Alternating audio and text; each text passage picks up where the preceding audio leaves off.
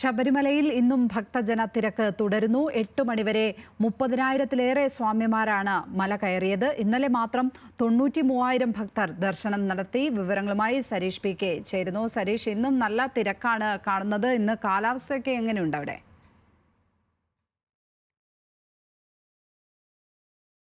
രാവിലെ 3 മണി മുതൽ തന്നെ തിരക്കുണ്ട്.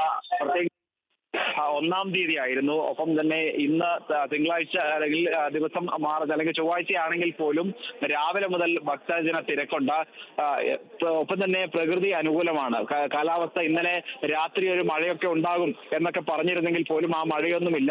തെളിഞ്ഞ കാലാവസ്ഥയാണ്. അതോടൊപ്പം തന്നെ പമ്പയിൽ നിന്നും ഇങ്ങോട്ടേക്ക് കയറുന്നതിനും പുല്ലുമേട് കാനനപാത ഉൾപ്പെടെയുള്ളതിൽ നിന്നും വരുന്നതിനും യാതൊരു ബുദ്ധിമുട്ടുമില്ല. അതുകൊണ്ട് തന്നെയാണ് ആളുകളുടെ എണ്ണത്തിൽ വലിയ വർധന ഉണ്ടാകുന്നത് എന്നാണ് നമ്മൾ മനസ്സിലാക്കുന്നത്. ഇന്നലെയാണ് മണ്ഡലകാലം ആരംഭിച്ച് ഇന്നലെയാണ് ഏറ്റവും കൂടുതൽ ഭക്തർ ദർശനം നടത്തിയത്. 93,034 പേരാണ് ഇന്നലെ മാത്രം ദർശനം പൂർത്തിയാക്കിയത്.